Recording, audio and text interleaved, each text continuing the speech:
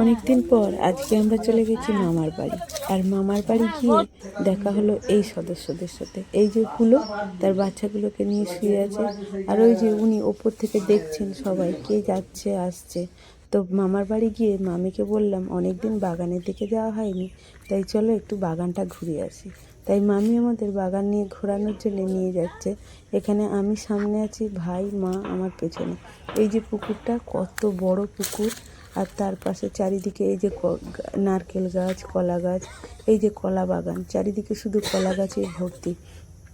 আর এই কলা গাছে এই যে কলা হয়ে আছে, কলার কাঁদি দেখা যাচ্ছে কলা গাছে। তো চারিদিকে জঙ্গল আর জঙ্গল, চাষবাস প্রায় হয় না বললেই চলে। তো পাশের জমিগুলো শুধু জঙ্গল হয়ে পড়ে আছে। আর আমরা এখানে আমার ভাই, আমার মা বাবা চারিদিকটা একটু ঘুরে দেখে নিচ্ছে। তো আমরাও চারিদিকটা একটু ঘুরে দেখে নিচ্ছি। এই যে আর একটি পুকুর, ও পাশের বাগানটিতে এই যে চাষবাস করা হয়েছে, ফুলকপি, ওলকপি, মূলো, এগুলো চাষ করা হয়েছে। আর তাই আমরা গিয়ে একটু দেখে নিচ্ছি যে ফুলকপি হয়েছে কিনা। তো এখানে দেখা যাচ্ছে ছোট ছোট সবে ফুলকপিগুলো বেরিয়েছে।